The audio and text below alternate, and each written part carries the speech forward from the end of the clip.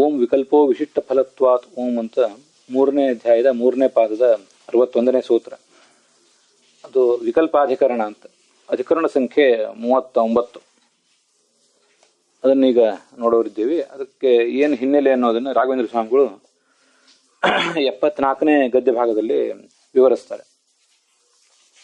ಯದಪಿ ದುರಿತ ನಿವೃತ್ತ್ಯರ್ಥಕತೆಯ ಕಾಮ್ಯಂ ನೃಸಿಂಹಾದ್ಯುಪಾಸನಂ ಮೋಕ್ಷ ಅನುಪಯೋಗಿತ್ವಾತ್ ಮೋಕ್ಷಣ ನ ಕಾರ್ಯಂ ಅಂತ. ಅದು ಈಗ ನಾವು ನೋಡಬೇಕಾದದ್ದು. ನೃಸಿಂಹಾದ್ಯುಪಾಸನಂ, ನರಸಿಂಹ, ವರಾಹ ಮೊದಲಾದ ಭಗವಂತನ ರೂಪಗಳನ್ನು ಉಪಾಸನೆ ಮಾಡುವುದೇನಿದೆ ಅದು ಯಾತಕ್ಕಾಗಿ ಮಾಡೋದು ಅಂದರೆ ನೃಸಿಂಹಾದಿಕ ಮನ್ಯತ್ತು ದುರಿತಾದಿ ನಿವೃತ್ತಯೇ ಅಂತ ಆಚಾರ್ಯರು ತಂತ್ರಸಾರ ಸಂಗ್ರಹದಲ್ಲಿ ಹೇಳುವಂತೆ ಅದಿರುವುದು ಈ ದೋಷಗಳ, ವಿಘ್ನಗಳ ಮತ್ತು ದುಷ್ಟಶಕ್ತಿಗಳ ನಿವಾರಣೆಗಾಗಿ. ಆದ್ದರಿಂದ ಅದು ಕಾಮ್ಯವಾಯಿತು, ಕಾಮ್ಯ ಉಪಾಸನೆ ಆಯಿತು, ಸಕಾಮ ಕರ್ಮ ಆಯಿತು. ಮೋಕ್ಷಕ್ಕೇನು ಅದು ಉಪಯುಕ್ತ ಅಲ್ಲ. ಆದ್ರಿಂದ ಮುಮುಕ್ಷುಣ ನ ಕಾರ್ಯಂ, ಮುಮುಕ್ಷುವಾದವನು ಈ ಉಪಾಸನೆಯನ್ನ ಮಾಡಬಾರದು ಇತಿ ಪ್ರಾಪ್ತೆ. ಹೀಗೊಂದು ಪ್ರಶ್ನೆ ಬಂದಾಗ ಮುಮುಕ್ಷುಣಾಪಿ ತಾದೃಶ ಫಲ ಪ್ರಾಪ್ತಿ ಇಚ್ಛುನಾ ತಾದೃಶೋಪಾಸನಂ ಪರಂಪರೆಯ ಮೋಕ್ಷೋಪಯೋಗಿತ್ವಾತ್ ಕಾರ್ಯಮೇವ ಇತಿ ವಕ್ತುಂ. ಮುಮುಕ್ಷುವಾದವನು ಕೂಡ ಆ ಉಪಾಸನೆಯನ್ನ ಖಂಡಿತವಾಗಿಯೂ ಮಾಡಬಹುದು. ಯಾಕೆಂದ್ರೆ ತಾದೃಶ ಫಲಪ್ರಾಪ್ತಿ ಇಚ್ಛುನ, ದುರಿತ ನಿವಾರಣೆ ಎಂಬ ಫಲಪ್ರಾಪ್ತಿಯನ್ನ ಯಾರು ಬಯಸ್ತಾನೋ ಆ ಮುಮುಕ್ಷು ಅದನ್ನ ಮಾಡಬೇಕು, ಅಂತ ಉಪಾಸನೆಯನ್ನು ಮಾಡಬೇಕು. ತಾದೃಶೋಪಾಸನಂ ಕಾರ್ಯಮೇವ. ಯಾಕೆಂದ್ರೆ ಪರಂಪರೆಯ ಮೋಕ್ಷೋಪಯೋಗಿತ್ವಾತ್, ಅವನಿಗೆ ಬೇಕಾಗಿರೋದು ಮೋಕ್ಷ ಅಲ್ವಾ, ಆದ್ರೆ ಇದೇನು ದುರಿತ ನಿವೃತ್ತಿ ಏನು ಬೇಕಾಗಿಲ್ವಲ್ಲ ಅಂತಂದ್ರೆ ಹಾಗಲ್ಲ. ದುರಿತ ನಿವೃತ್ತಿ ಆದ್ರೆ ಅವನಿಗೆ ಎಲ್ಲಾ ಥರದ ಅನುಕೂಲಗಳು, ಸಾಧನೆಗೆ ಅನುಕೂಲಗಳು ದೊರೆಯುವುದರಿಂದ ಅವನು ಖಂಡಿತವಾಗಿಯೂ ಕೂಡ ಅದನ್ನ ಮಾಡಬಹುದು, ಮುಂದುವರಿಸಬಹುದು ಅಂತ ಅದರ ತಾತ್ಪರ್ಯ ಆಗ್ತದೆ. ಕಾರ್ಯಮೇವ ಇತಿ ವಕ್ತುಂ. ಅದಕ್ಕಾಗಿ ವಿಕಲ್ಪ ವಿಶಿಷ್ಟ ಫಲತ್ವಾತ್ ಅನ್ನೋ ಸೂತ್ರ ಮತ್ತು ಅದರ ಅರ್ಥವನ್ನು ಕೂಡ ಆಚಾರ್ಯರು ಅಣುಭಾಷ್ಯದಲ್ಲಿ ಸಂಗ್ರಹಿಸಿದ್ದಾರೆ. ಯಥಾಕ್ರಮಂ ಬಹುಗುಣೈಹಿ ಅಂತ ಹೀಗೆ ಬಂದಿದೆ ಅಲ್ಲಿ. ದುರಿತ ನಿವೃತ್ತಿಯಾದಿರೂಪ ಸ್ವಪ್ರಾಪ್ಯ ಫಲಾನುರೋಧೇನ. ಯಥಾಕ್ರಮಂ ಅಂತಂದ್ರೆ ದುರಿತ ನಿವೃತ್ತಿ ಎಂಬ ಫಲ ಇವನಿಗೆ ಆಗಬೇಕಾಗಿದೆಯಲ್ಲ, ಇವನಿಗೆ ಬೇಕಾಗಿರುವುದೇನು ದುರಿತ ನಿವೃತ್ತಿ ಎಂಬ ಫಲ. ಆ ಅದು ಅಂಥ ಫಲಕ್ಕನುಸಾರವಾಗಿ ಮಾನುಷಾದಿಭಿ, ಮನುಷ್ಯ ಮೊದಲಾದವರು ಆ ಥರದ ವಿಷ್ಣು ಉಪಾಸ್ಯ ಅಂತ ಅಲ್ಲೇನು ಬಂದಿದೆ. ವಿಷ್ಣು ಉಪಾಸ್ಯ ಅಂದ್ರೆ ಕಹ ವಿಷ್ಣು ಅಂತಂದ್ರೆ ವಿಷ್ಣು ನೃಸಿಂಹಾದಿರೂಪಿ ವಿಷ್ಣು, ನರಸಿಂಹ ಮೊದಲಾದ ರೂಪಗಳನ್ನು ಹೊಂದಿರುವಂತಹ ವಿಷ್ಣು ಉಪಾಸ್ಯನೇ ಆಗಿದ್ದಾನೆ. ಆದ್ರಿಂದ ಆ ಥರ ಉಪಾಸನೆ ಮಾಡ್ಲಿಕ್ಕೇನು ತಪ್ಪಿಲ್ಲ ಅಂತ ಅದರ ತಾತ್ಪರ್ಯ. ಇದೇ ಕಾರಣದಿಂದ ಈ ಮನ್ಯಸೂಕ್ತದ ಪುರಶ್ಚರಣ ಈ ಒಂದು ವಿಧಾನ ಇದೆ. ಮತ್ತೆ ಇನ್ನು ಕೆಲವು ಸಮಸ್ಯೆಗಳಿಗೆ ಮನ್ಯು ಸೂಕ್ತ, ಅಂಬರಣಿ ಸೂಕ್ತ ಮತ್ತೆ ಮನ್ಯು ಸೂಕ್ತ ಅದರ ಪುರಶ್ಚರಣವು ಕೂಡ ವಿಹಿತ ಆಗಿದೆ. ಮಕ್ಕಳು ತುಂಬಾ ತೊಂದರೆ ಕೊಡ್ತಾ ಇದ್ರೆ ಒಂದು ಉದಾಹರಣೆ ಇದಕ್ಕೆ ಮನ್ಯು ಸೂಕ್ತ, ಅಂಬರಣಿ ಸೂಕ್ತ ಮತ್ತೆ ಮನ್ಯು ಸೂಕ್ತ ಅದರ ಪುರಶ್ಚರಣ ಇವೆಲ್ಲ ಕೇವಲ ಮಕ್ಕಳ ತೊಂದರೆ ಮಾತ್ರ ಅಂತ ಅಷ್ಟೇ ಅಲ್ಲ, ಮತ್ತೆ ಯಾವುದಾದಕ್ಕೂ. ಇದು ಒಬ್ರು ಜ್ಯೋತಿಷಿಗಳು ಹೇಳಿದ್ದನ್ನು ಕೇಳಿ ನಾನು ಈಗ ಹೇಳ್ತಿದ್ದೇನೆ ಅಷ್ಟೆ. ಮನ್ಯು ಸೂಕ್ತ ಅಂತ ಅನ್ನೋದು ನರಸಿಂಹನ ಮತ್ತು ಮುಖ್ಯ ಪ್ರಾಣನ ಇಬ್ಬರು ಉಪಾಸನೆಯನ್ನು ಕೂಡ ಹೇಳೋದ್ರಿಂದ ಅದನ್ನ ಈ ರೀತಿಯಾಗಿ ಉಪಯೋಗ ಮಾಡ್ಕೊಳ್ಬಹುದು. ಮತ್ತೆ ಪುರುಷ ಸೂಕ್ತ, ಶ್ರೀ ಸೂಕ್ತ, ಪುರುಷ ಸೂಕ್ತ ಅದು ದುರಿತ ನಿವೃತ್ತಿಯಾದಿ ಫಲ ಅಂತ ಬಂದಿದೆ.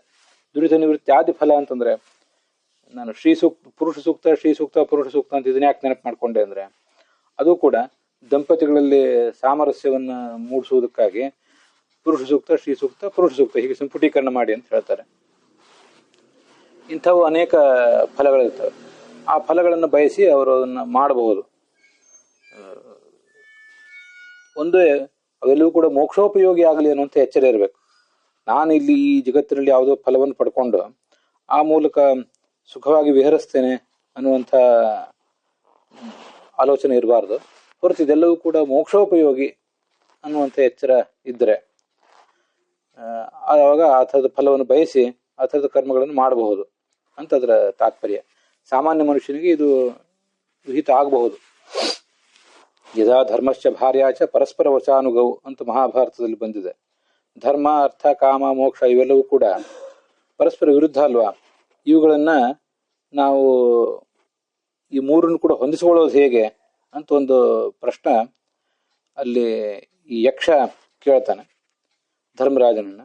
ಆಗ ಅವನು ಇವು ಮೂರೂ ಕೂಡ ಧರ್ಮ, ಅರ್ಥ, ಧರ್ಮ ಮತ್ತು ಕಾಮ ಮುಖ್ಯವಾಗಿ ಇವರು ವಿರುದ್ಧ ಅಂತ ನಿಮಗೆ ಕಾಣಬಹುದು. ಆದರೆ ಈ ಯದಾ ಧರ್ಮಶ್ಚ ಭಾರ್ಯಾಚ, ಧರ್ಮ ಮತ್ತು ಭಾರ್ಯ ಇವರಿಬ್ಬರು ಕೂಡ ಒಂದು ವೇಳೆ ಪರಸ್ಪರ ವಶಾನುಗರಾಗಿದ್ದರೆ, ಪರಸ್ಪರ ಹೊಂದಿಕೊಂಡು ನಡೆದ್ರೆ, ಆವಾಗ ಅವರು ಖಂಡಿತವಾಗಿಯೂ ಧರ್ಮ, ಅರ್ಥ, ಕಾಮ ಈ ಮೂರನ್ನು ಕೂಡ ಸಾಧಿಸಬಹುದು ಅಂತ ವರ್ಣನೆ ಮಾಡಿದ್ದಾರೆ. ಅದರಿಂದ ಅದಕ್ಕೇನು ತೊಂದರೆ ಇಲ್ಲ ಅಂತ ಅದರ ತಾತ್ಪರ್ಯ ಆಗ್ತದೆ. ಹಾಗಾಗಿ ವಿಷ್ಣುವನ್ನು ಈ ಥರ ಉಪಾಸನೆ ಮಾಡಬಹುದು ಅಂತ ಅದರ ತಾತ್ಪರ್ಯ. ಸೂತ್ರ ಭಾಷ್ಯದಲ್ಲಿ ಅದೇನು ವರ್ಣನೆ ಬಂದಿದೆ ಅಂದರೆ, ಸ್ವಯೋಗ್ಯ ಉಪಾಸನಾನಂತರಂ ಸಾಮಾನ್ಯಸ್ಯಾಪಿ ಕಸ್ಯಚಿತ್ ಉಪಾಸನಂ. ಸ್ವಯೋಗ್ಯ ಉಪಾಸನಂ, ತಾನು ಯಾವ ಭಗವಂತನ ಗುಣವನ್ನು ಉಪಾಸಿಸಬೇಕಾಗಿದೆಯೋ ಅದನ್ನು ಉಪಾಸನೆ ಮಾಡಿ ಮುಗಿಸಬೇಕು. ಮುಗಿಸಿದ್ದಾದ ಮೇಲೆ ಸಾಮಾನ್ಯಸ್ಯಾಪಿ ಕಸ್ಯಚಿತ್ ಉಪಾಸನಂ, ಸಾಮಾನ್ಯ ಉಪಾಸನೆ ಅದು ಅಂದರೆ ಮೋಕ್ಷಕ್ಕೆ ಉಪಯೋಗಿ ಅಲ್ಲದೇ ಇರಬಹುದು, ಯಾವುದೋ ಒಂದು ನಿರ್ದಿಷ್ಟವಾದ ಫಲವನ್ನು ಬಯಸಿ ಮಾಡುವಂಥ ಉಪಾಸನೆ. ತಸ್ಯಾಪಿ ಉಪಾಸನಂ ವಿಕಲ್ಪೇನ ಭವತಿ, ಮಾಡಬಹುದು, ಅವನು ಮಾಡಲೇಬೇಕಂತಿಲ್ಲ, ಮಾಡಬಹುದು. ಯಾಕಂದರೆ ವಿಶಿಷ್ಟ ಫಲಾಪೇಕ್ಷೆಯ, ವಿಶಿಷ್ಟವಾದಂಥ ಫಲವನ್ನು ಬಯಸಿ ಮಾಡಬಹುದು. ಮುಕ್ತ್ಯರ್ಥಮಾತ್ಮಯೋಗ್ಯಂ ಹಿ ಕಾರ್ಯಮೇವ ಹಿ ಉಪಾಸನಂ. ಅದನ್ನೇ ಸೂತ್ರ ಭಾಷ್ಯದಲ್ಲಿ ಒಂದು ಬ್ರಹ್ಮತರ್ಕದ ಶ್ಲೋಕ ಉದ್ಧರಿಸ್ತಾರೆ ಆಚಾರ್ಯರು. ಮೋಕ್ಷಕ್ಕಾಗಿ ತಾನು ಯಾವ ಭಗವಂತನ ರೂಪವನ್ನು, ಯಾವ ಗುಣವನ್ನು ಉಪಾಸಿಸಬೇಕಾಗಿದೆಯೋ ಅದನ್ನು ಉಪಾಸಿಸಲೇಬೇಕು. ಇದಾದ್ಮೇಲೆ ನೃಸಿಂಹಾದಿಕಮನ್ಯಚ್ಚ ದುರಿತಾದಿ ನಿವೃತ್ತಯೇ ಉಪಾಸ್ಯತೆ ಯಥಾಯೋಗಂ ನವಾ ಫಲ ವಿಭೇದತಃ. ಇದು ದುರಿತ ನಿವೃತ್ತಿ ಇತ್ಯಾದಿ ಫಲವನ್ನು ಬಯಸಿ ಇಂಥ ಉಪಾಸನೆ ಯಥಾಯೋಗಂ, ಅವರವರಿಗೆ ಅನುಗುಣವಾಗಿ ಹೇಗೆ ಉಪಾಸನೆ ಮಾಡಬೇಕು ಅಂತ ಅಪೇಕ್ಷೆ ಇದೆಯೋ ಆ ಥರ ಮಾಡಲೇಬೇಕು ಅಂತ ಅದರ ತಾತ್ಪರ್ಯ ಆಗ್ತದೆ. ಉದಾಹರಣೆಗೆ ಒಬ್ಬ ಸಾಧಕ ಕೃಷ್ಣ ಎಂಬ ರೂಪವನ್ನು ಉಪಾಸನೆ ಮಾಡಿ ಆ ಮೂಲಕನೇ ಮುಕ್ತಿಯನ್ನು ಪಡಿಬೇಕಾಗಿದೆ ಅಂತ ತಿಳ್ಕೊಳ್ಳೋಣ. ಆಗ ಅವನು ಕೃಷ್ಣ ಎಂಬ ರೂಪವನ್ನಂತೂ ಉಪಾಸಿಸಲೇಬೇಕು. ಅದ್ರ ಬಗ್ಗೆ ಏನೋ ಅವನಿಗೆ ವಿನಾಯಿತಿ ಇಲ್ಲ. ಮುಕ್ತ್ಯರ್ಥಂ ಆತ್ಮಯೋಗ್ಯಂ ಹಿ ಕಾರ್ಯಮೇವ ಉಪಾಸನಂ. ತನಗೆ ಯೋಗ್ಯವಾದ ಉಪಾಸನೆ ಅಂದರೆ ಕೃಷ್ಣ ರೂಪದಿಂದ ಅವನಿಗೆ ಮುಕ್ತಿ ಅಂತಿದ್ದಾಗ ಕೃಷ್ಣ ರೂಪವನ್ನು ಉಪಾಸನೆ ಮಾಡಲೇಬೇಕು. ಅದನ್ನು ಬಿಟ್ಟು ಕೇವಲ ನರಸಿಂಹ ರೂಪ ಉಪಾಸನೆ ಮಾಡಿದರೆ ಅವನಿಗೆ ಮುಕ್ತಿ ಆಗೋದಿಲ್ಲ. ಆದ್ದರಿಂದ ಕೃಷ್ಣ ರೂಪದ ಉಪಾಸನೆ ಆತನಿಗೆ ಬೇಕೇ ಬೇಕು. ಆದರೆ ನರಸಿಂಹ ರೂಪವನ್ನು ದುರಿತ ನಿವೃತ್ತಿ ಆಗಲಿ ಅಂತ ಉಪಾಸನೆ ಮಾಡಿ ಆ ಬಳಿಕ ಕೃಷ್ಣ ಮಂತ್ರವನ್ನು ಉಪಾಸನೆ ಮಾಡಿದರೆ ಅವನಿಗೆ ಅದರಿಂದ ದುರಿತ ನಿವೃತ್ತಿ ಆಗಿ ಮುಂದೆ ತನಗೆ ಯಾವ ಥರದ ಮುಕ್ತಿ ಆಗಬೇಕಾಗಿದೆಯೋ ಅದ್ರ ಫಲ ಸಿಗ್ತದೆ ಅಂತ ತಾತ್ಪರ್ಯ. ಅಲ್ಲಿಗೆ ಈ ಭಾಗ ಸಮಾಪ್ತವಾಗಿದೆ.